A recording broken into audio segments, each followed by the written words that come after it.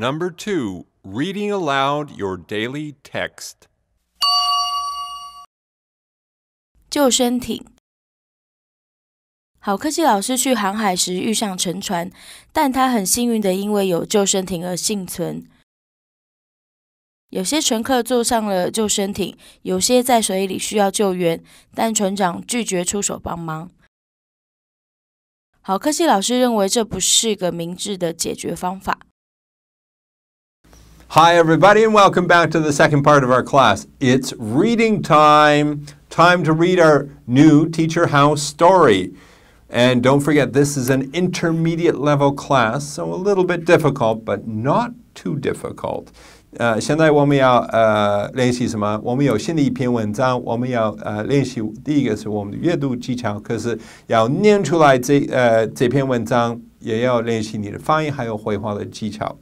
So we're going to be reading now. I will read the story first, and you can listen along, and then we will review the meaning afterwards. So here we go. The article is called The Lifeboat. Teacher Hao decides to take a cruise for his annual vacation. He sets off to an exotic destination for a 2-week cruise aboard a luxury ship.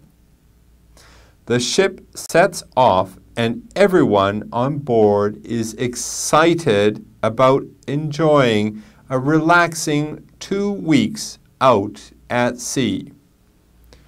Everything was going well, and Teacher Hao had met many new friends and was having a great time. In the middle of the night, on the 3rd day of the trip, Teacher Hao was thrown out of bed as the whole boat came to a grinding halt.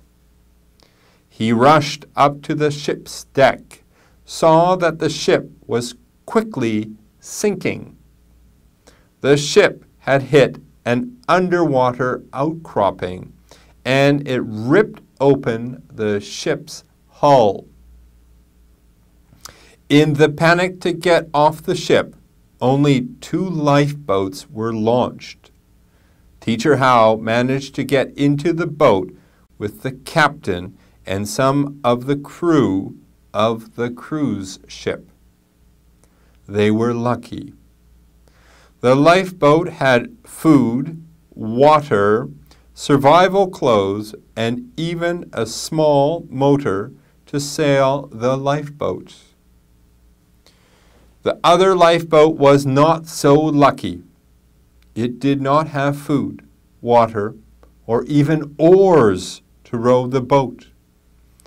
This boat was filled with passengers, men, women, and children. Without assistance, they would surely perish in the middle of the ocean. Without shelter or water, it would also be a very nasty end for all of the people. Teacher Hao asked the captain of the ship if they could help. The captain refused.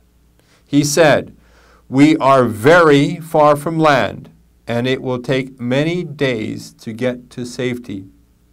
If we share our provisions with the second lifeboat, then surely everyone would die on both boats." He shouted, "Sailor, start the engine and let's get out of here." As they started moving, a young girl swims up to the side of the lifeboat and tries to get on board. "Sailor," shouts the captain, "throw her back into the water. There is no room on board." With that, they did, and they sailed off. Teacher Hao did not know what to think. Is this what it comes down to? Survival of the fittest?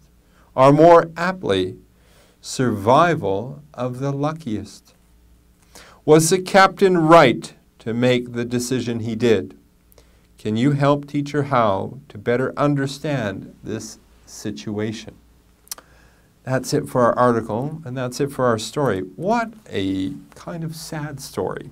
Poor Teacher How. He's stuck on a lifeboat, and he thinks he should help some people, but the captain was more practical.